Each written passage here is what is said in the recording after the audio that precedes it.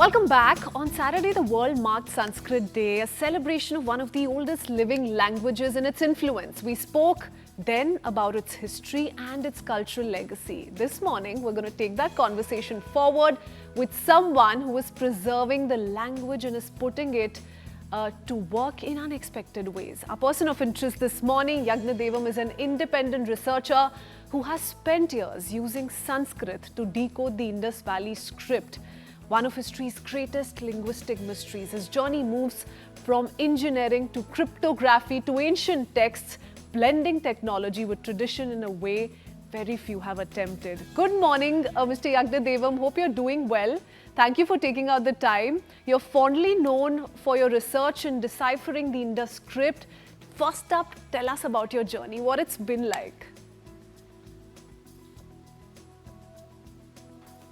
My journey is similar to most students in India. Essentially, I started learning in middle school, high school, up to 12th grade. And then once I went to engineering, I kind of lost touch.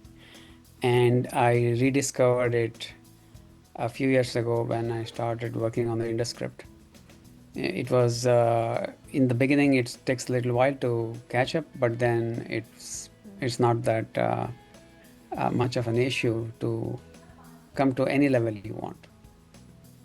We've done so much of Sanskrit on the Breakfast Club lately, Mr. Yagna Devam. In that context, tell us about your association with the language. What was the process of re-teaching yourself the language through your research? Right. So when during COVID, there was really nothing to do. It was very hard to, I needed something that would occupy my mind and something interesting, something I could do for months, maybe years, because the lockdown looked like it would go on for a long time. And I was looking for a really nice problem, really difficult problem, and I found the Indus script problem. I read the works that other people have done before, and one of the approaches that I thought could help was a cryptogram approach. This is something that I was doing when I was in college. So I thought either Tamil or Sanskrit, there's a good chance one of them will work. I found a downloadable Sanskrit dictionary. I started with it. And as a part of reading, I had to learn Sanskrit. I also had to learn I had to read about different ancient Vedic texts like the Sri Rudram and so on, just to understand what these names mean that I was reading. So that is how I got into Sanskrit. Very few people have turned to a language, and in this fashion during COVID days. We've heard so many stories, but this is rare. How did you actually do it, Mr. Yagna Devam? Learning the pronunciation, the grammar right. How did your inner circle then respond to this entire exercise you decided to undertake?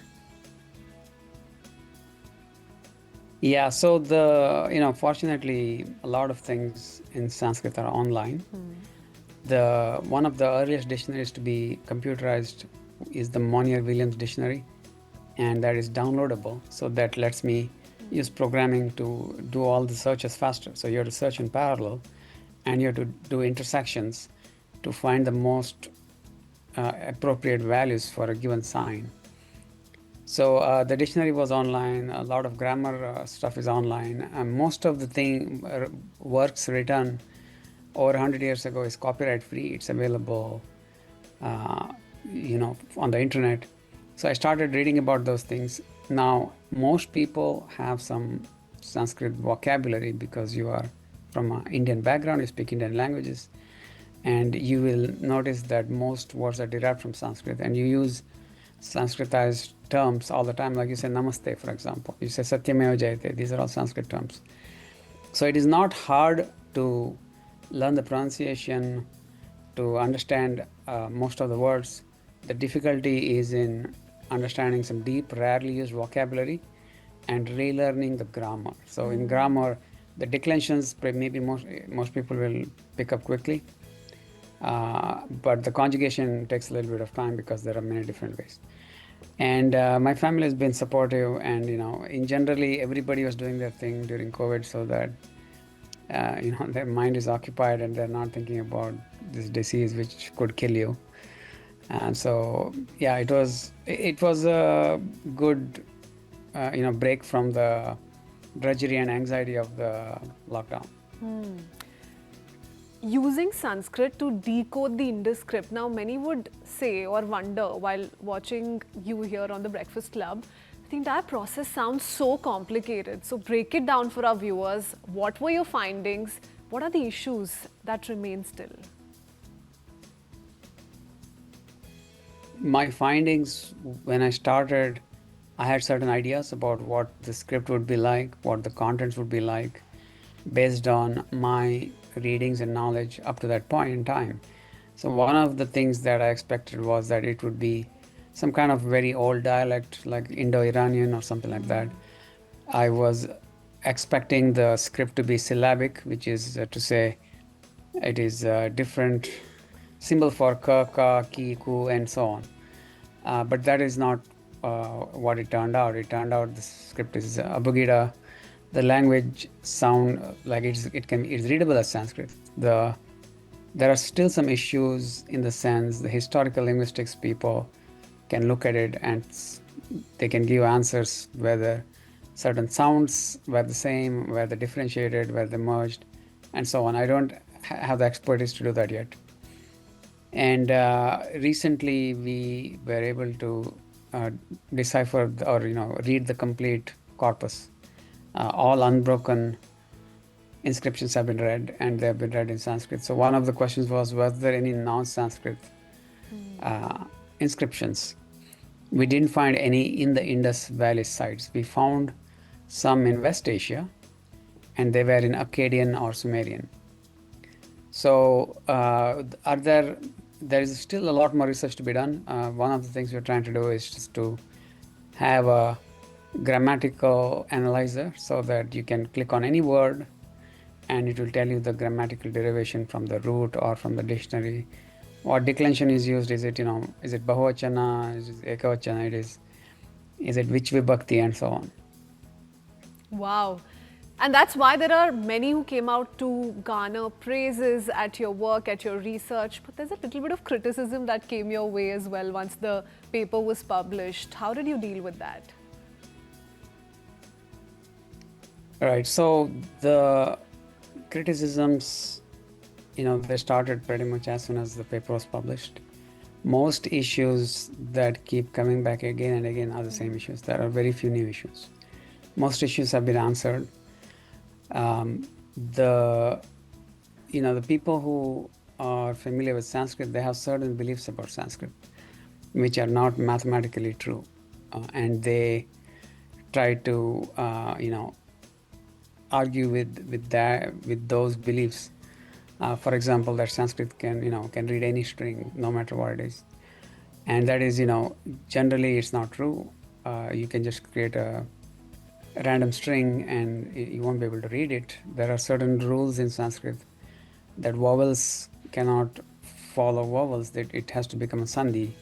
There are certain letters like l, the vowel, which has to only come between ka and point. So you can say klipta, but you cannot use that anywhere else. So the constraints of languages exist because the human brain uses language to organize it in a way to minimize the cognitive load. It tries to reduce the number of rules and then use the rules in combination to create billions of words. It is not designed to just remember a whole set of strings and assign values to it. So that is not how language works. Any language works. When it comes to Sanskrit, we're talking about its mathematical nature. We're talking about how it is really suited for computer science, for AI perhaps in years to come. Is Sanskrit really machine friendly, Mr. Yagna Devam, especially in comparison to others, or is that just a modern myth?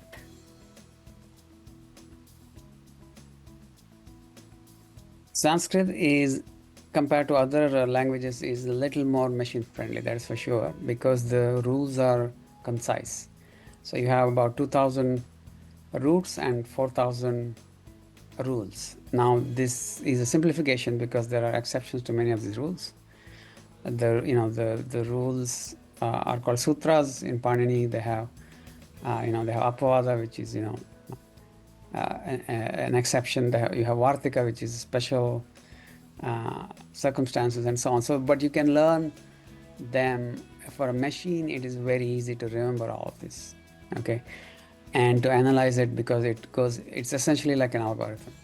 So at least for classical Sanskrit, it is reasonably machine friendly. For Vedic Sanskrit, it's a little more complicated, but not a lot more complicated. So compared to say English, which is very machine unfriendly. But as you know, with the hardware and all these LLMs and so on, the advantages are now really neutralized. Yeah. It doesn't take much more effort to use Sanskrit or English to speak to a machine. But Sanskrit, one of the good things about it is it makes your mind more, it increases your reasoning and your logical way to process language because the grammar has a lot of richness regarding how to form words, how to create phrases, sentences, especially if you do poetry, if you do the poetry in meter, it helps your brain a lot that I don't think you can get from many other languages. Okay, so it's great for your brain exercise, basically. Tell us now, what's the most radical use of Sanskrit you've ever come across?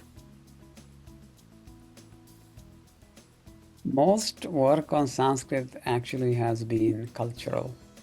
It has been about, there's some AI work being done in some of the IITs. In IIT Hyderabad, I know they have come out with this AI product. And you can speak to it in terms of Indian philosophy and it will answer and tell you whether this is, this is part of the philosophy or what you should do using this and so on. So that I think is very interesting because now you're kind of making the whole philosophy, morality, ethics, and so on, an entity that you can interact with. So I think there's a lot of wealth. So the things you can do with AI is essentially, it depends on the literature and the wealth of written information that you can train it with. And in terms of Sanskrit, most of it is in the poetry, the philosophy, and the religious lore and so on. And that is a great place to start, and that's where the startups are working on, which is, I think, wonderful. And as more literature is produced, which is not a lot in Sanskrit today, unfortunately, most of it is in English. But as more is produced, more contemporary literature is produced, you will start seeing more interesting applications of Sanskrit in terms of machine learning and AI. So you've spoken of two sides to Sanskrit. One is the Kadak, strict grammatical framework of Sanskrit, and the other is, of course, the more poetic or the more culturally woven form of Sanskrit, which, of course, is embraced by the country so very well. Would you say Sanskrit then is more algorithmic or more emotional? First of all, I have to disagree that Sanskrit is not emotional. Sanskrit is a beautiful vehicle to express emotion. If you read any of this Maga, this Shishupala in original or whatever, it's a beautiful language for expressing emotion. But in terms of the structure, in terms of the grammar, what that algorithmic nature does for you is that it increases your ability to express many complex topics in a poetic way. So it's mostly poetic, more poetic than algorithm. Algorithm is a structure, but if you look at all the verses, they're in meter, they use alliterations, they use similes, and that makes your output a lot more intense. So for the reader, it's a very intense emotional. It's very connecting when you read things in Sanskrit. Okay. Also, tell us, how does Sanskrit describe consciousness, for instance? Right, so this wouldn't be Sanskrit. It's mostly the Sanskritic philosophy, the darshanas. And what the darshanas essentially do is, there are different ways of looking at reality. And one way is to say that consciousness and matter are separate, right? Consciousness and matter are separate. They come together in a life, in a jiva, right? So Purusha and Prakriti come together in jiva. That is one way. The other way is to say that consciousness is emergence, is an emergent phenomenon of matter interacting with itself. So there is matter, and it interacts, like in your brain. There is stuff that just there's neurons firing, and because of that, consciousness comes as an emergent phenomenon. The other way to look at it is that consciousness is what exists, and when consciousness interacts with itself, you see matter as an emergent phenomenon. And these are the different, like Vaisheshika, Advaita, and all of these that they talk about these different kind of views. And recently, there have been some experiments, like the Young's double slit experiment, which kind of proves or very strongly suggests that matter is a projection of consciousness.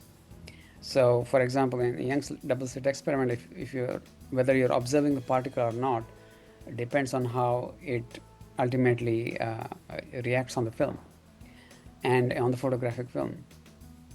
So that means that the particle is actually interacting with your consciousness, and if it's interacting with your consciousness or my consciousness, then it also implies that all consciousness is one.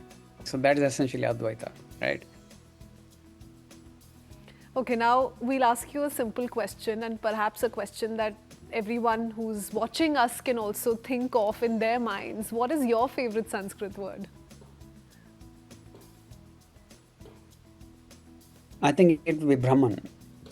So Brahman is, as the source of ultimate reality, is very hard to explain.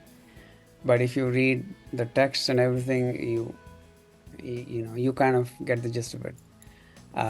Otherwise, you have to, like in English, you have to explain what monism is, what the source of everything is. You have to start with Nasadiya Sukta, the whole gamut, right? Whereas with Brahman, it just describes the whole reality to you. Mr. Yagna Devam, now given that we've just crossed World Sanskrit Day, we're having this conversation, we're talking about everything that Sanskrit brings to the table, what it means for our culture, for our tradition, but how do you look at the future of Sanskrit? Is it just going to be limited to days like this, or there's much more insight for Sanskrit? Right. So I think the key to any civilization is its cultural memory, and how the civilization sees itself and how the people see themselves belonging to that civilization.